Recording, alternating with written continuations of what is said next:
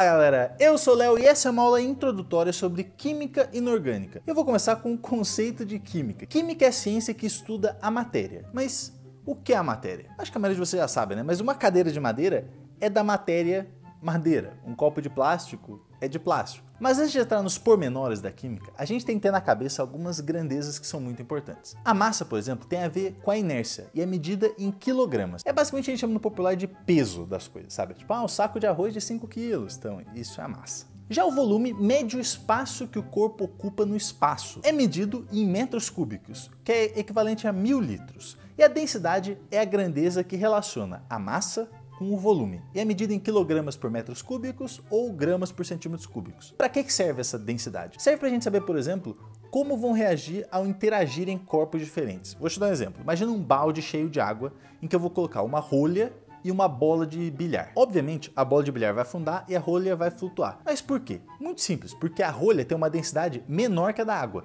Já a bola tem uma densidade maior que a da água. E esse sistema do balde todo é o que a gente chama na química de sistema aberto, porque ele troca matéria e energia com o meio ambiente. Mas a gente também pode ter um sistema fechado, que ele basicamente vai trocar só energia com o meio ambiente. Por exemplo, uma latinha de refrigerante fechada. E a gente pode ter um sistema isolado, que não troca nem matéria e nem energia com o meio ambiente. Mas esse aí é só teórico mesmo, porque não tem como você ter alguma coisa que não troca nada com o meio ambiente. Agora vamos falar da composição desses sistemas. Eles podem ser compostos por uma substância pura simples, tipo oxigênio, O2, ou nitrogênio, N2, ou por uma substância pura composta, tipo água, H2O, ou ainda por uma mistura. E aí as coisas ficam um pouquinho mais interessantes. Essas misturas podem ser homogêneas, como por exemplo isso aqui, ó.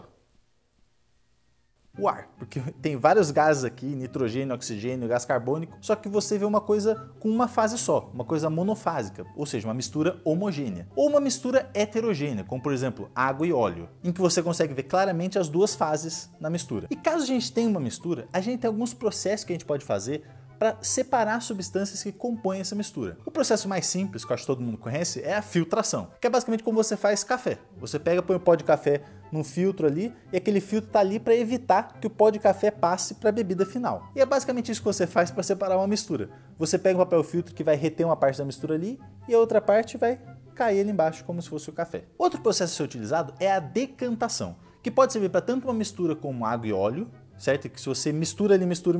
Se você deixar ele parado, decantando, a mistura vai se separar. Ou para, por exemplo, água e areia. Você bate água e areia, na hora que você parar, a areia toda vai decantar para o fundo do copo, por exemplo. E por fim, nós temos um processo um pouquinho mais complexo, que é a destilação. Vamos imaginar o seguinte, vamos imaginar que você tem água do mar, certo? Você tem água e sal ali. Você quer separar um do outro. Você vai esquentar o recipiente com a água do mar e o vapor vai sair e passar pelo condensador e esse líquido vai fazer, caindo do outro lado, a água sozinha, sem o sal. A gente também tem um processo de destilação fracionada, que é basicamente a mesma coisa que a destilação normal, só que ela tem uma coluna com umas bolinhas de vidro, que serve para você separar compostos que têm pontos de ebulição diferentes. Porque o que tem o menor ponto de ebulição vai passar com mais facilidade pelas bolinhas de vidro. E só depois que ele se destilar completamente é que o composto com ponto de ebulição maior vai começar a ser destilado. Agora, no caso da destilação, por exemplo, você depende de uma mudança de estado físico de algum composto. E aí a gente tem que chamar atenção para uma coisa muito importante. A diferença entre um processo físico e um processo químico. O fenômeno físico não altera a natureza, ou seja,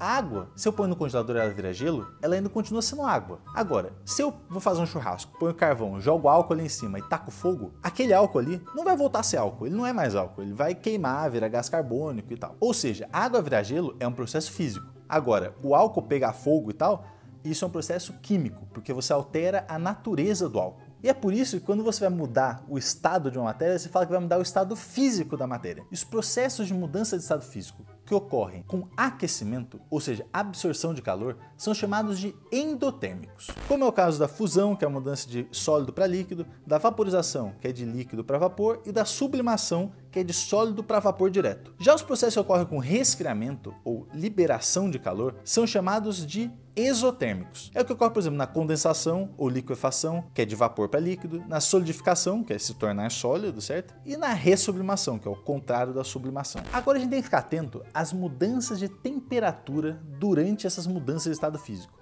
Por quê? Porque olha só esse gráfico aqui. Esses são os gráficos da água, tanto em processo de mudança endotérmicos quanto exotérmicos. Repara só que as temperaturas se mantêm constantes durante todo o processo de mudança de estado físico e só voltam a subir ou a descer depois da mudança de fase estar concluída. Agora esses gráficos são da água, que é uma substância pura. A perguntinha que eu deixo para você é a seguinte: como ficam esses gráficos com uma mistura?